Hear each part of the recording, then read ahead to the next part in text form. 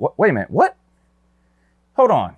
Kansas has to play Oklahoma, then a bye week, and then Texas?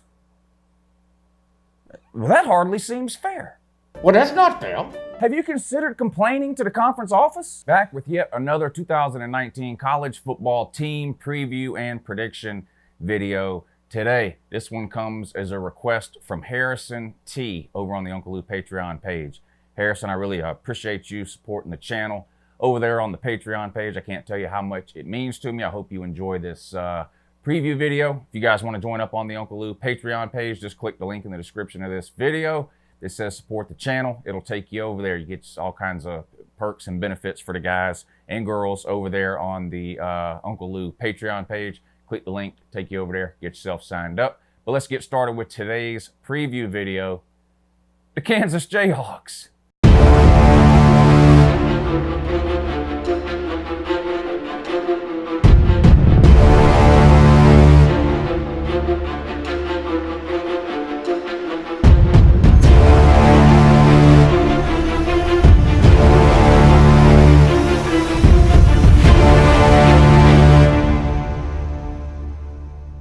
Hey, good morning, it's Uncle Lou here. Yeah, that's right, it's me, Uncle Lou, and I'm live for you on YouTube today, so thanks for watching. Really appreciate it also, and to in addition to that as well. Subscribe to this channel if you're not already. I post college football videos almost every single day of the year. A lot of times they're even watchable. All the time they're entertaining though, and give this video a thumbs up. We are a week away from the start of college football season. It's Saturday morning here in the world famous LouTube studios in my grandma's basement or garage or whatever you guys are calling it today, and we're 7 days away from the start of college football with week 0 and a big Florida-Miami game coming up next Saturday. I'm going to have a live stream here on the channel for that game, by the way. But anyway, thanks again, Harrison T. I really appreciate you supporting the channel over on the Patreon page. And here's your Kansas Jayhawks preview. Like I said, not sure if trolling or serious, but here you go. Last year, Kansas 3-9, 1-8 in the Big 12. I know what you're thinking. That's terrible. Actually, it's not. That's a great year for Kansas. Why do I say that? Well, the coach that they fired last year that went 3-9 was there for 4 years. David Beatty was his name. In 4 years, he had a total of 6 wins. He was 6-42. 4 years, 6 wins. That's 1.5 wins a year. He doubled his average last year. Should have gave the guy a contract and an extension, like a Gus Malzahn type of thing. But you fired him, and who do you bring in? The grass eater, Les Miles. Boy, this ought to be exciting. Let's see what he can do. 5-year contract. And what did he say when he took the job? I want to end my career with championships. Maybe he's the one that's trolling and not Harrison T. I don't know. Anyway, one of the biggest rebuilds in all of Power 5 football. If you were going to pick a school that you wanted to scrape off of the shoe of the Power 5 and say, I want to try to resurrect that terrible program, Kansas would be the school you would choose. That's what Les Miles did. They have a lot of problems at Kansas. Not a lot of talent. No tradition really to fall back on in terms of trying to, up recruiting or whatever it is they need to do to get back to where they want. Speaking of recruiting, they're screwed with the scholarship situation because they signed an inordinate amount of junior college players over the last 2 or 3 years. I don't want to get too deep into the weeds here with how this works, but if you sign a freshman, you have him for 4 years, 5 if he red shirts. You guys know how that works. If you sign a junior college players, they only have 1, sometimes 2 years of eligibility left. So let's say you had a class where you signed 25 freshmen, they graduate 4 years later. Well, if in between there you signed 15 junior college players, instead of losing 25 players that year, when the freshmen from 4 years earlier graduate, you're losing 35 players that year because you signed 10 JUCO players 2 years before that. So you lose 35, but you can't sign 35 the following year to make those up. So you end up with less players on scholarship on your team then you're allowed, right? You have an 85 scholarship limit, but because Kansas has signed so many junior college players for the foreseeable future, really the next 2-3 years, they're going to be losing more players every single year than they're allowed to sign. It's probably going to take 4 or 5 years for Kansas to get back to 85 scholarships, so they've really screwed themselves there, and that's not the fault of Les Miles, it's the fault of the previous administration under David Beatty, and Charlie Weiss even did it before that. Anyway, let's take a look at their offense and defense and figure out what they're going to do. Thomas McVitie. Now, most people probably not going to know this name. I'll admit I didn't know it. He was very heavily recruited by Les Miles when he was in high school, and Les Miles was still at LSU. He ended up not going to LSU. We know what happened with Les Miles. He left. McVitie, I think, went to Pittsburgh, if I remember. Didn't play much. Ended up transferring out of Pittsburgh to a junior college. And then last year, coming out of junior college, he was the #1 ranked pro-style junior college quarterback. And he has chose Kansas and Les Miles. So pretty good quarterback in junior college last year. We'll see how that translates to the Power 5, specifically Kansas. Probably not a lot of talent around him. We'll talk about that in a minute. But in any case, he'll probably be the best quarterback Kansas has had in about 10 years, right? So, I mean, I guess you're looking at that as a positive. Running back. Running back's probably the best position group on your team. And I'm going to talk more about that in a minute.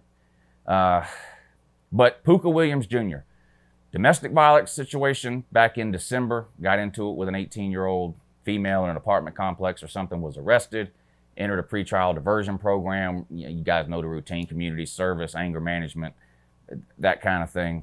He was suspended indefinitely by the team when this happened in December. In June, he was reinstated. So basically, he was suspended for 7 months, so he missed all of spring. Reinstated in June and given a 1-game suspension, which he'll have to serve this year. Now, 1 game for domestic violence, I don't know, and that, I could make a whole video on why, one team, the rules are not the same from team to team. There's no governing body when it comes to suspending players for things like this. So you see some players, Jeremiah Holloman, for example, at Georgia, completely kicked off the team for a domestic violence incident. Then you see somebody like Puka Williams at Kansas, he gets a 1-game suspension for domestic violence. Florida, they kicked the player off. So, but the bottom line is, you could say, well, that's not fair, or it should have been more, or maybe you're saying Jeremiah Holloman shouldn't have been kicked off the team. Whatever your opinion is, the problem I have is not with the opinion one way or the other. It's that it's not a level playing ground. But in any case, he'll sit out the 1 game. Now, why is this important? He's Kansas' best player, and really it's not close. He was Big 12 Offensive Freshman of the Year last year, had over 1,100 yards. And the Big 12 is loaded with elite freshmen. Elite offensive players. So to win Big 12 Offensive Player of the Year, freshman, pretty big deal. So he'll miss the first game, but he'll be there for the rest of the season. That is what it is. Running back, that makes your running back situation the best group of any group on your team, offense or defense. Wide receivers, transfers, and junior college players that Les Miles brought in. You have a Bama transfer that actually was at Kansas last year, but really didn't do all that well. But word on the street is that he had a great spring. Some people are expecting him to have a breakout season this year. He comes from Bama. Bama was loaded with wide receivers, so no big surprise really that Bama lost a wide receiver to transfer. I mean, the embarrassment of riches that Alabama has at wide receiver is just ridiculous. Anyway, looked good in the spring. And 2 JUCO guys, one of them 6'4" and 6'2". You guys know I love these tall wide receivers, and Les Miles agrees. When asked about these 2 JUCO guys, he says, I'm looking for tall, athletic wide receivers. So he brings in a couple of JUCO guys to go along with the Bama transfer that came in a couple of seasons ago. That makes your wide receiver group, at least in theory, potentially good. We'll have to see. Pair that with this quarterback, McVitie, who, like I said, was the #1 JUCO pro-style quarterback for the 2019 class.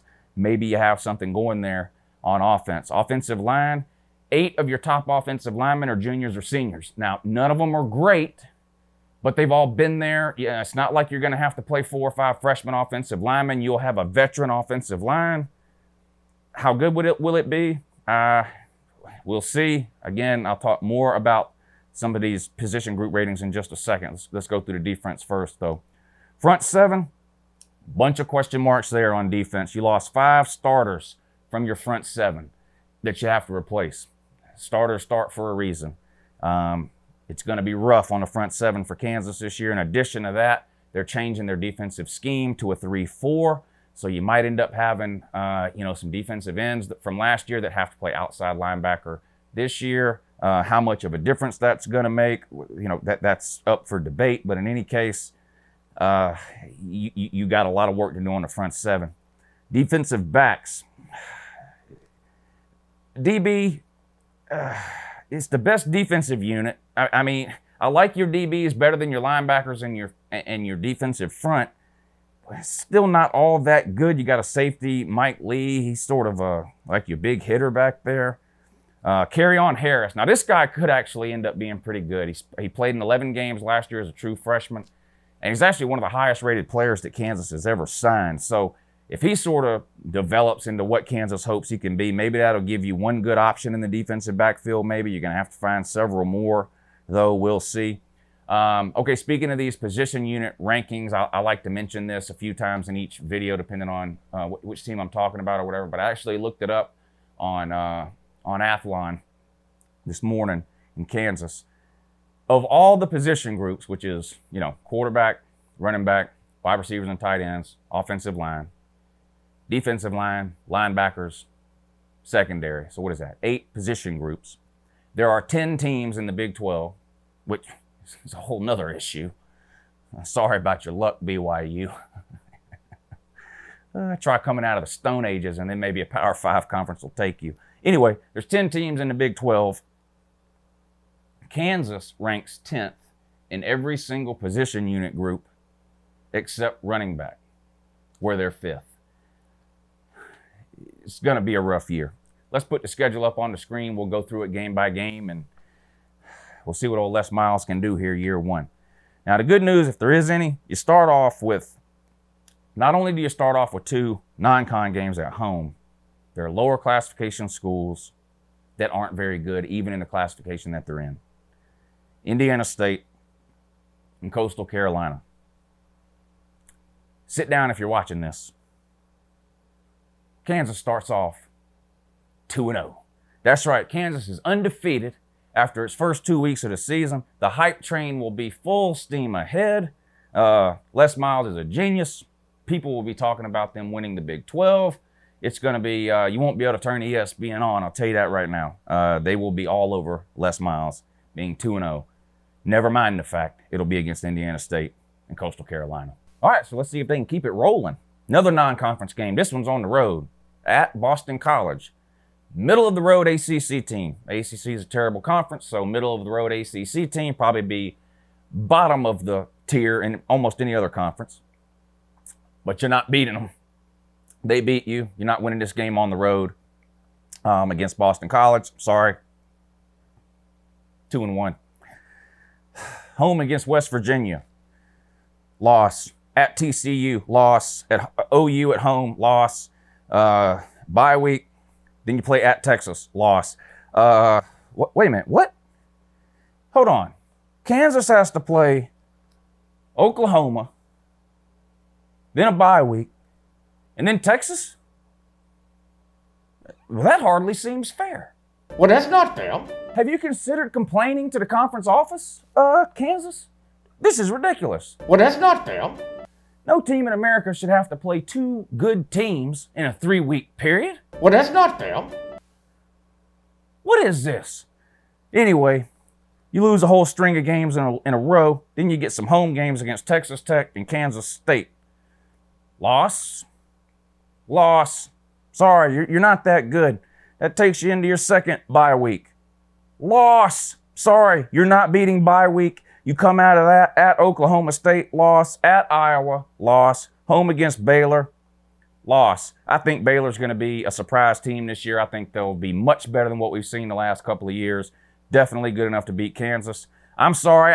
Listen, I don't know what you were expecting from this preview here. Kansas is going 2-10. And 0-9 in the Big 12. They've got way too many issues at every single level, both on offense and defense. Yes, Tommy McVitie was the top JUCO transfer. The guy couldn't even get on the field at Pittsburgh, okay? They had him moved to special teams, okay? What team do you know that would take any decent quarterback and put him on the punt coverage team? Not very many, okay? So we'll see with him. I don't know. And ask yourself, is Les Miles known as developing great quarterbacks? I mean, no. That's been LSU's problem the majority of the time he was there. So, I mean, some possibility there, but no, not really. Running back, Puka Williams is good. Yeah, Puka Williams is pretty good. He might go over 1,000 again. That's about all you have, though. I'm sorry, it just is. Wide receivers, bunch of transfers, junior college players, mix and match. I mean, Kansas' offense is like a puzzle. At this point, you're taking freshmen, you're taking juniors and seniors who no other team in America wanted, so they signed with Kansas. You're taking junior college players, whatever. You're mixing them around, trying to get them to fit together. I mean, good luck with that. Offensive line, 8 of them are juniors and seniors. Great. Hasn't been very good, though. Defense, same thing. Where are you going to find players to play, losing 5 of your front 7, changing to a 3-4? Not a lot of talent on any level of your defense.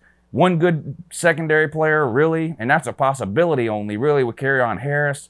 Linebackers, Lord only knows what you're going to do.